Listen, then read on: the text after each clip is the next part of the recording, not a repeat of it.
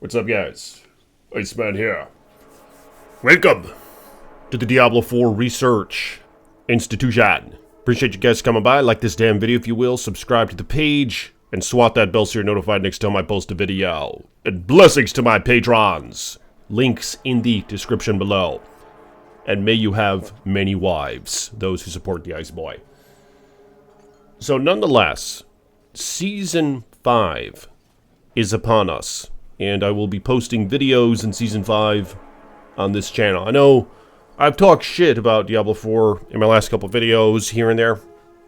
But overall, I think Season 5 is going to be everything Season 4 was and more. Granted, some shit might be easier, but nonetheless, there's going to be more itemization, and it just sounds fun to me because I had a good time with Season 4, which is why I resurrected this channel. Alright, and we're going to be going forward with that shit because I'm eyeing the expansion. I haven't pre-ordered it yet, but I'm going to buy the damn expansion. Let me know in the comments, have you guys bought the expansion yet? Have you pre-ordered it, or are you planning on pre-ordering it? Because maybe they're going to get a little spike in numbers at the end. I don't know. I guess we'll see. But I didn't watch the video that Blizzard did yesterday or 2 days ago. I think it was yesterday. I just didn't feel like it. Like the last one that I watched, I live streamed it, and I thought it was so boring. These guys just talking about the lore, the Spiritborn, and all that. So I didn't watch this next one. But I've been hearing from some of you little geese in the comments below that this one is looking good, and I'm thinking you're right because I glanced around a little bit, and it seems like they're in the right direction because the immunizations, all that shit is going to be more deep. Yeah, I think it's looking good. Game updates. All classes, check this out. This is a big one. Tempering recipes. Because everybody was complaining about how if you wanted to get crit damage or something as a temper, you had to use your rogue with the item. So you gave your barbarian's like item to the rogue, and then they tempered it. Then you give it back to the barbarian, right? It's like somewhere way to cheese the system or whatever. But now they're adding this to Worldly Finesse, which is an offensive temper. Check it out. X% critical strike damage. That's right. And I don't know if that's going to vary by character. Probably not. It's probably going to be the same because they don't want to run into the same issue where you had to go to your other character to do the temper. It was just bullshit. And now you can temper vulnerable damage as well. You can temper overpower damage, which to my understanding, overpower is going to be useful again in Season 5. They're changing it up, maybe giving you a better chance of it, this and that. Higher proc rates, items that emphasize it, I think the druid specifically, but we'll look into that later. Overpower damage, however, is the temper now. Yeah, I remember I found a couple rings that had like overpower damage as a greater affix roll, and it was just such bullshit because overpower sucked in Season 4. So that apparently isn't going to be the case anymore, but we'll see how that goes. And ultimate damage, hell yeah. Hell yeah. Really, I'm thinking about making a rogue. I know in my last several videos, I've been saying I'm going to make either a sorcerer or a droid for Season 5. The droid has the new lightning strike thing where he can swing his weapon and it casts lightning strike every time. And I think that's actually been enhanced. We're going to find out in just a minute here. And Cataclysm is better. And that's the first character that I played in Diablo 4. I played the droid because I wanted to play a Cataclysm / lightning droid. But it sucked dick. Alright, there's just no better way to put it. And you guys know this is the research institution, so we want to get down to the core of things. And there's just no other way to say it. It sucked big, you know what. The lightning / cataclysm droid upon Diablo 4's release. And Season 1, to my understanding. And for that matter, Season 2, Season 3, Season 4, it just sucked. But I think they've enhanced it. With that being said, this ultimate damage temperament could be a good thing for classes like the Druid who wants to utilize Cataclysm. And I've been thinking about this, and I'm curious what your opinions are on this. Should Professor Ice Stack make a rogue for Season 5. They did some things with Eaglehorn. They did some things with Windforce. They did some things with Rain of Vengeance. Is that what it's called? I think it's called Rain of Arrows in Diablo 4, right? It's the Rain of Vengeance from Diablo 3. And I always just love that skill, man. It makes me think of the video 300. You guys remember that video when it came out in 2006? The 300 with all the guys, and they go out. Xerxes, this and that, fight him.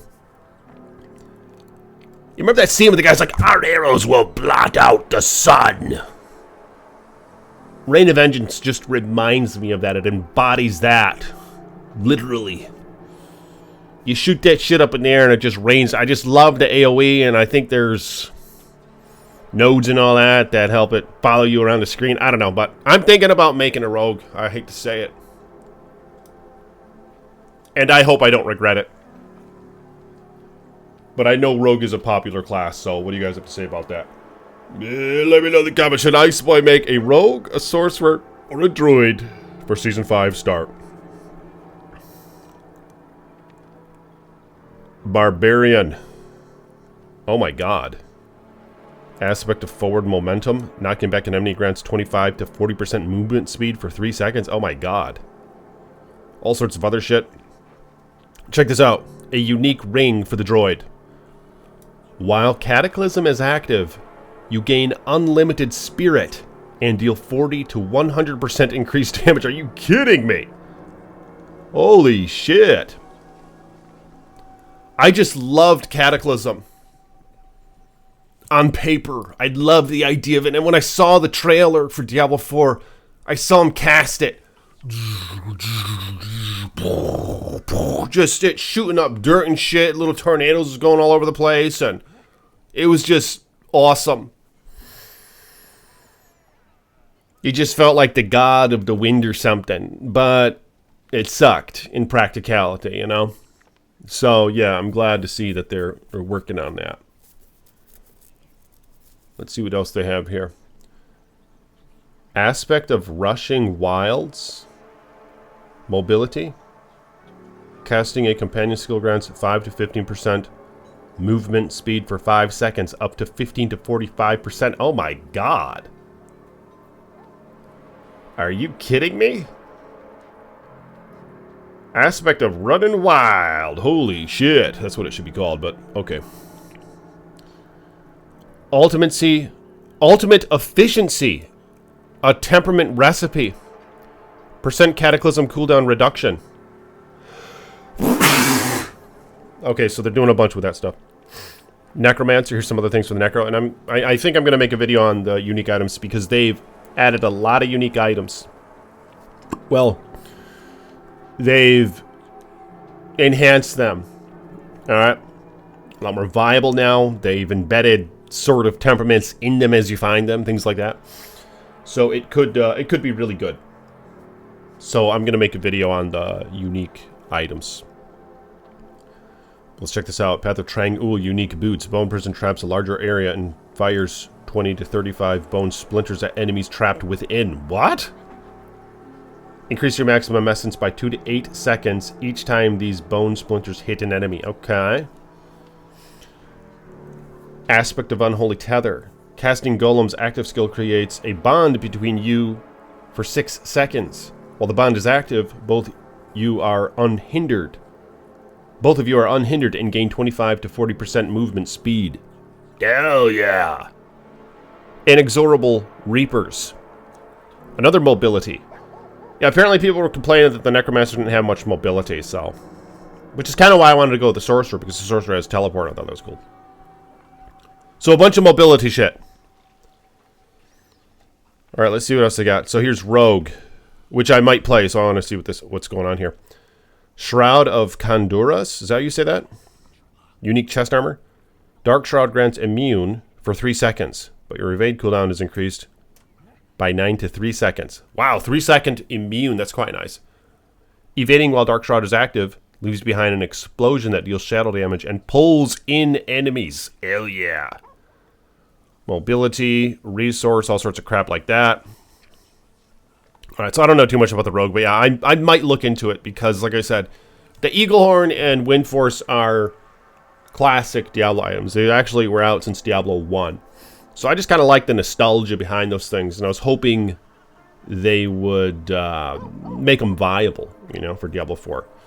They were in Diablo 1, of course. They were in Diablo 2. I believe they were both in Diablo 3. I'm not sure. I know Windforce was in Diablo 3. I don't know if Eaglehorn was. But they're both in Diablo 4, and I don't know. It just sounds kind of interesting to try something like that.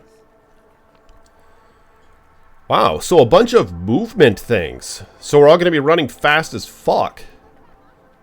Okay, I kind of like that. The Barbarian. Apparently the Barbarian was kind of overpowered in general, so they've nerfed him down a little bit and then brought other aspects of him up. I know even the Dust Devils have been increased, which is crazy, because I thought those were really good, but yeah, I don't really know enough about it. But I mean, there's a lot to look into on here. I'm going to link these patch notes in the description, but I am curious, what class do you guys intend to play for Season 5? It's a tough call. I mean, for me, I guess right now I'm leaning toward either the Druid or the Rogue, because I want to try some sort of Rain of Vengeance barrage Rogue with either an Eaglehorn bow or a Windforce bow. I just feel like it would be exciting to search for a godly Windforce or Eaglehorn, you know what I mean? So I might strive toward that. Like with greater affixes and all that, it would just be a good time. And I don't believe any of those are mythic items, is that correct? Is there a good mythic bow? I don't think there is, right? Okay, but here's the droid stuff. Some changes for the droid. Yeah. Lightning Storm, damage buff from 40 to 74%. It needed such a buff. The resource regen sucks with the droid, though, but I think that they're alleviating that to some extent. Like I said, with that new ring for Cataclysm, every time you have it cast, your like resources like crazy, right? So you could just cast all your shit at will or something. So with that being said, if you collect a bunch of gear that reduces the ultimate cooldown, then it could potentially be a great build. Of course, there is that new thing now where ultimates don't begin their cooldown until they expire, right? Which kind of sucks. Or all skills, for that matter, I believe, do that. Or is that not the case? Is that just barriers? I'm not entirely sure. Ravens can now be cast while moving. Thank you. Hell yes. Because that's what I kind of want, is a droid who is a summoner slash storm droid. Now gain 25% more increased skill damage from their primary core stat. Gain 1% increased skill damage for every 8 primary core stat. Landslide, shred. Oh my god. Third attack damage buff from 77 to 143. Massive buff there. Double damage and shit. Pulverize. Damage buff from 50% to 92.5. Yeah, that needed more damage. 35% to 65%. Oh my god.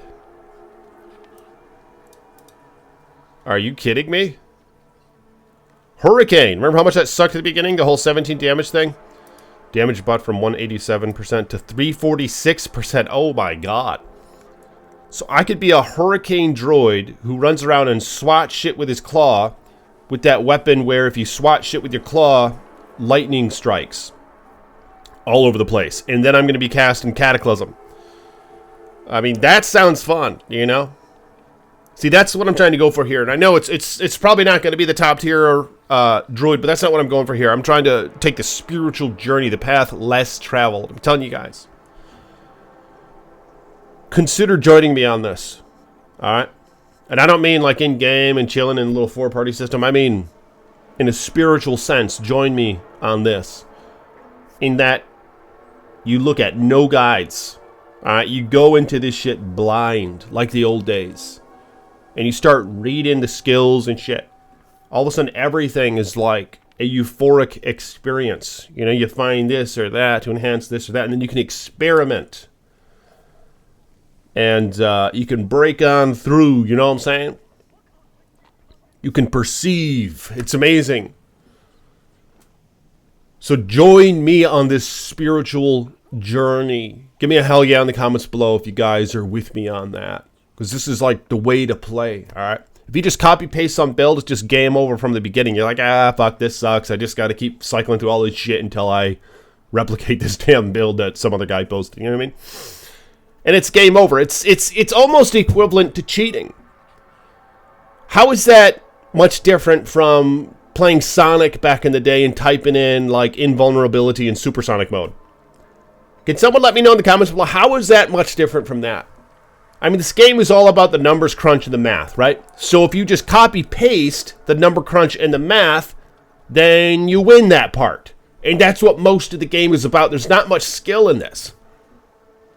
All right, you got 5 skills on a cooldown, and you got an evade that's on a cooldown, and you got 2 clickers. You know what I mean? Like, there's not a bunch of skills. So, I mean, is that cheating? God damn it. It seems like it's cheating. So if you are searching for the path of fulfillment, all right,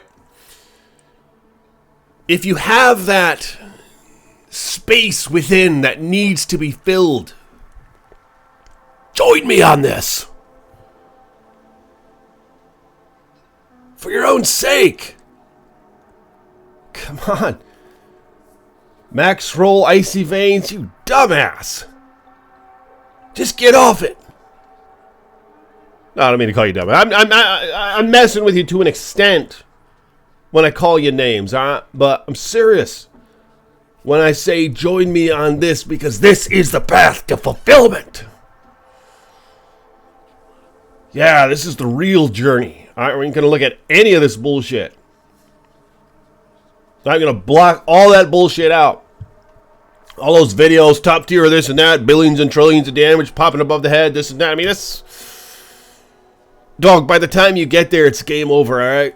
I'm telling you, you got this ladder in front of you that you think you got to climb. But it's burning up at the top. All right, I've been there. I've had visions and dreams. I've been there. And it's burning up there. You're just going to fall. You're going to fall to infinite depths, man. Seemingly.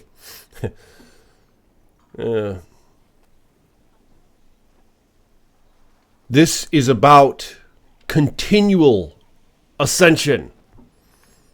Alright?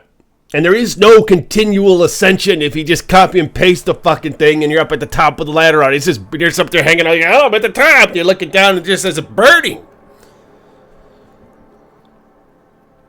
And there's really nothing else to grab onto. No. This is about a continual ascension, and the way we get there, the way that we see, is by becoming blind. First. Alright, so I'm going to see you guys there. And I know that many of you will join me on this. Narrow is the path, unfortunately. But you can choose that today.